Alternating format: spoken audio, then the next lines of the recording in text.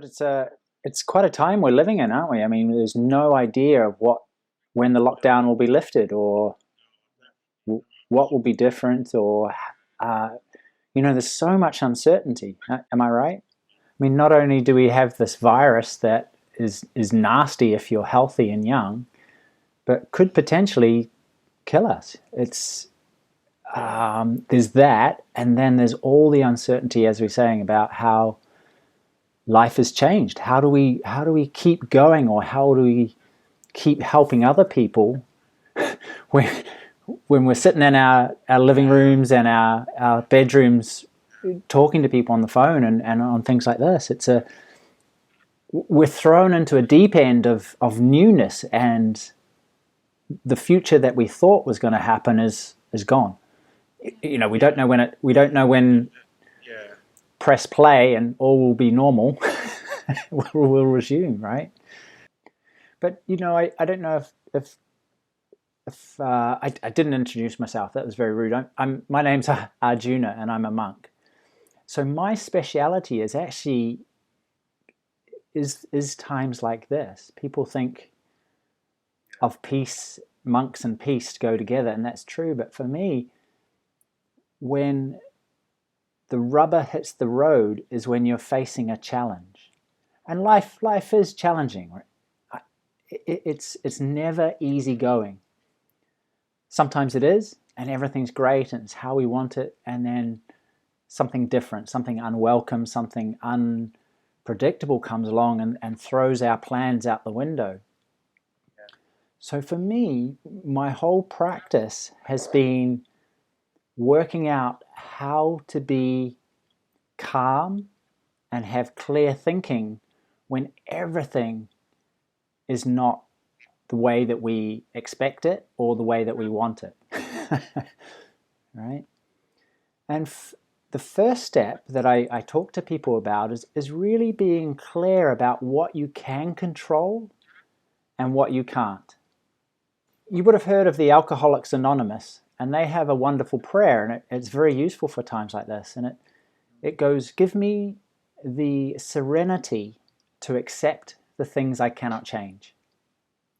The serenity to accept the things I have no control over.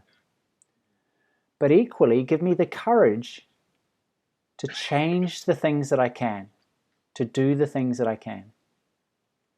And probably most importantly, the third piece of this prayer is give me the wisdom to know what to do when. Right? So we have serenity to accept, to see really clearly, you know what, I'm not in control of all these things. I need to just put them to one side, park them. These are the things that I can do something about. They may make me nervous because it's new, it's uncertain, I don't think I have the skills or the experience, but it's something I want to do. It's something, given the situation, I think I really feel a desire or a passion to do something about, right? So it's never easy because in one stage you've got everything that you knew, everything that's comfortable, and everything safe in terms of what we've done before.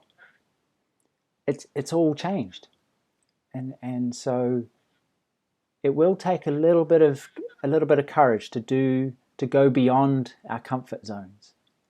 But that's okay. That's the only way you make a difference in this world, is by being a little bit uncomfortable and learning and growing. But what I love is the wisdom, the clarity, the calm thought always, well, it comes back from being calm. It comes back from being present in this moment in time.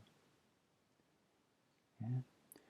Have you heard the idea that we spend, John Lennon from the Beatles said once that life happens when we're busy making other plans. We can spend so much time thinking about what should happen or what could happen or what we did do or what the way life was like, we actually miss out on what's happening right in front of us. Yeah? And so this is a skill, it's a practice, it's a habit to become more present, to focus on where your body is, to see what you can do right here, right now. Yeah.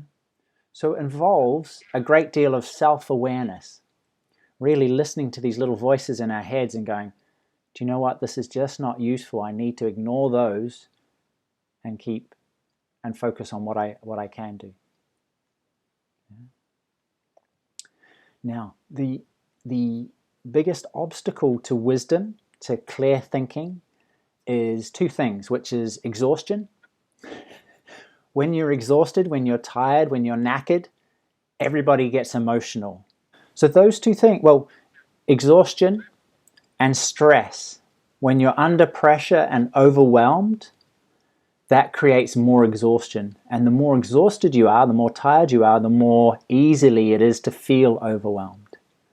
So those are two very good signs to know that, okay, if I want to help everybody else, I've got to look after my own energy levels. So things like getting to sleep earlier, eating as well as you can, going for the walks like I think you were just talking about, really nurturing your energy and your emotional well-being allows you to give so much to everybody else. When you're at 100%, everybody wins. When you're not, nobody wins, right? But some of us who love to help are so busy giving, we forget to look after ourselves, and that's where we get in trouble. Yeah. So two things that when you're feeling overwhelmed and uncertain and scared, but also when you're exhausted and emotional, it's a really good sign to watch for, to go, okay, I need to step back, maybe even walk away and come back when I'm better. I need to reach out and get some help for myself. Yeah, it's spot on. That's an excellent point, because that happens a lot, right? There's things that are out of our control and people wanting things immediately. Yeah. So there comes the ability, and maybe I can show you a few things in a minute, but the need to manage your own serenity and acceptance and go, okay, I don't like this, I don't want to do this, but apparently I need to do it. Let's get on with it. Let's stop whining about it in my head and stop fighting it. Okay, I give up. Let's do it, and it'll be done so much quicker. You know? And so there's that fine line, isn't there, between knowing that I need to take a break and not now, versus, okay, this actually, I don't want to do it, but it needs to be done. And take a deep breath and go. But that's again the importance for me of being able to recognize your levels of internal stress. How upset am I getting? Out of 10, maybe I'm at an 8 here. And an 8 and a 7 or 8 is no good, because someone can just come along and it might just take one comment and I'm going to blow up. There's not much room in the system, in my system, to just take it and or maybe I'm at a 3. Oh, great! I'm feeling great today. I'm feeling really easygoing, calm. I can take a few annoyances and a few bits, and it won't make me explode. So it's really important, that self-awareness piece, to really recognize where am I. If I'm at an 8, 7 or 8, I really need to back down a little bit here. I need to take some deep breaths. I need to go for a quick walk just around the block. I need to do something different to switch off and get my sense of perspective back. Yeah, but spot on. Life is not always. It doesn't always give you the space or the choices that you would prefer. And that's where the acceptance and the serenity piece comes in, as well as the courage to go, okay, let's do this. It is a skill. It's like learning a new language or playing a musical instrument or learning to cook. Anything. It takes practice. And you're not going to get it right. You're not going to succeed every time straight away. But the more you do it, the more you remember it, and the more you realize how important it is for your own enjoyment, for you being effective in what you want to do in life, you make it a priority. It's something that you go, you know what, I need to practice this because it gives me so much. Now, there's numerous apps and books and YouTube videos, but one of the simplest things is using the breath. Because you all know what happens when you get angry or frustrated or scared or anxious. You know, when you're angry, what happens is you tense your stomach. You go, ugh. You know, it's almost like you're getting ready for someone to punch you in the stomach. When you clench your stomach, you can't breathe. It really much is a holding of the breath, right? Or you're anxious, the breath is right here in your collarbones. It's you can't even speak because you can't breathe. Yeah? So the breath is very powerful to help change that emotional thing. If you can take the breath out of your collarbones and pull it deep into your belly, if you can relax the belly, which is not a very Western thing because we're really body conscious, right? We're really belly conscious. We believe we just need to suck the belly in. That whole beach kind of posture where you pull your belly button in and stick your chest out, right? So it's a little bit different, and it's really, but if you watch a baby, their babies all breathe with their bellies. The belly comes out, comes in. Yeah? So as you're sitting here, try and breathe in through the nostrils, if you can, right down into the belly, into the legs almost. Take a brief pause, and then exhale just as long as you inhaled for. And again, pause and just wait for the body to breathe. Pull the breath as you inhale deep into the legs. Let the belly expand out, the ribs expand. And then exhale, the ribs come in, the belly comes in. Okay, one more breath. I'm going to make it even deeper. The belly expands first, and then the ribs, and then the chest. Your shoulders stay loose and relaxed. And then when you're ready, exhale, chest, ribs, belly comes in last. All right. So that was 3 breaths, 3 conscious, mindful, slow breaths into the belly. And you probably weren't that stressed before, but you may feel a deeper degree of calm and ease right now. Just through, there we go, 3 breaths.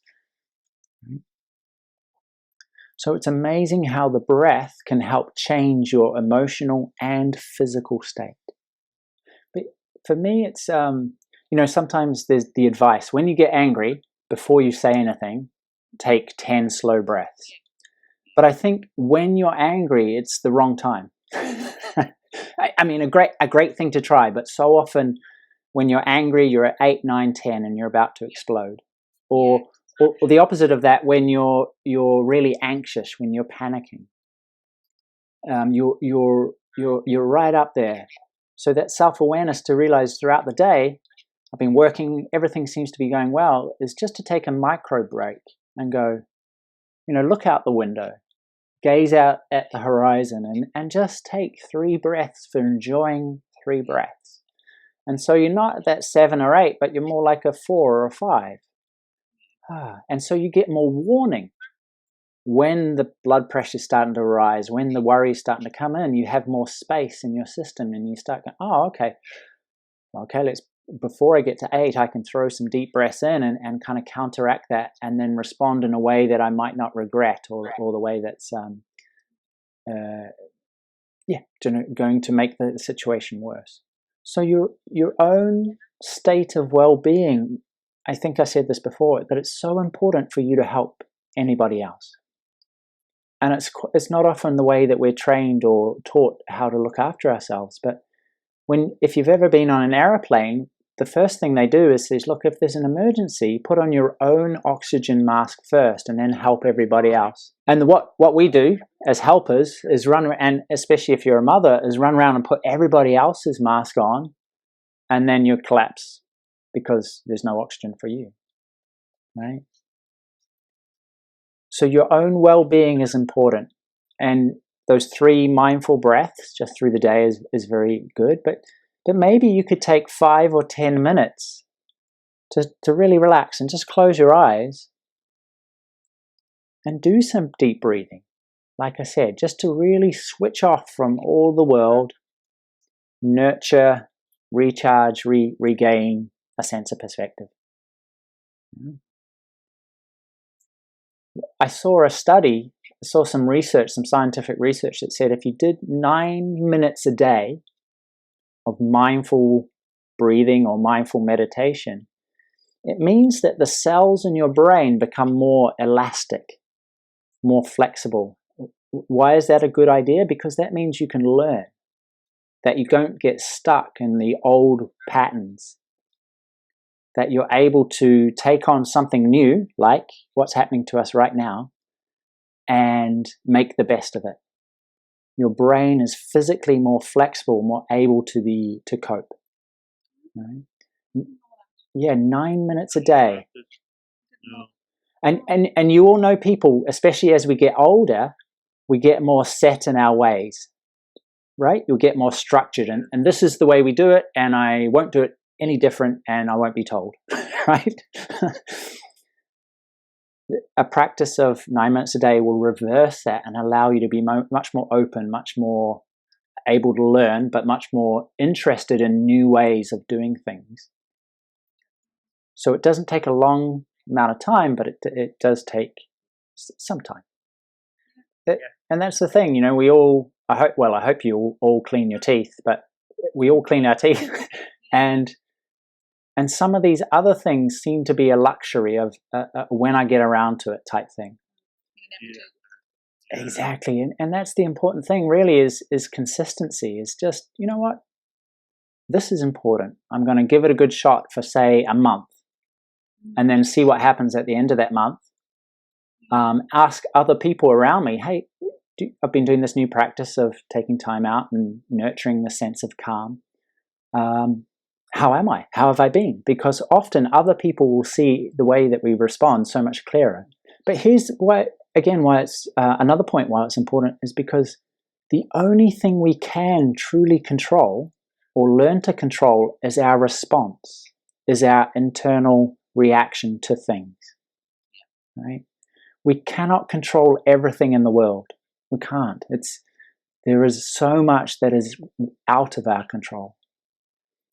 And taking a step back and learning to adjust and adapt our reaction, our response to things is the way forward. Because that's where you're feeling out of control. The one thing you can control is yourself, which is no small thing.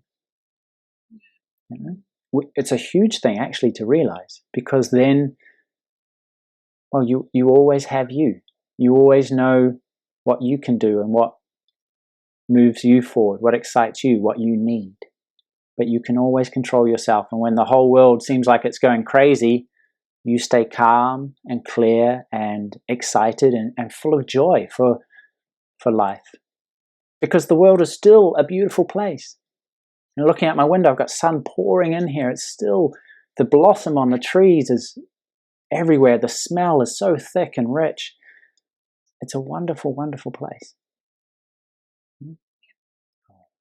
Simple things, but things that we often don't realize how, well, probably the most important things are the simple things, the things that we take for granted. It seems like every time I pick up the newspaper, people say, what are you doing with your time off? How many books are you reading, or box sets are you watching? I'm like, time off? What's that? I used to rely on, I have a 3-year-old daughter, and she used to go to nursery every morning, and it was all this time. And now I'm the caretaker. So yeah, everything's different. But there's an old phrase, and it goes, it is what it is.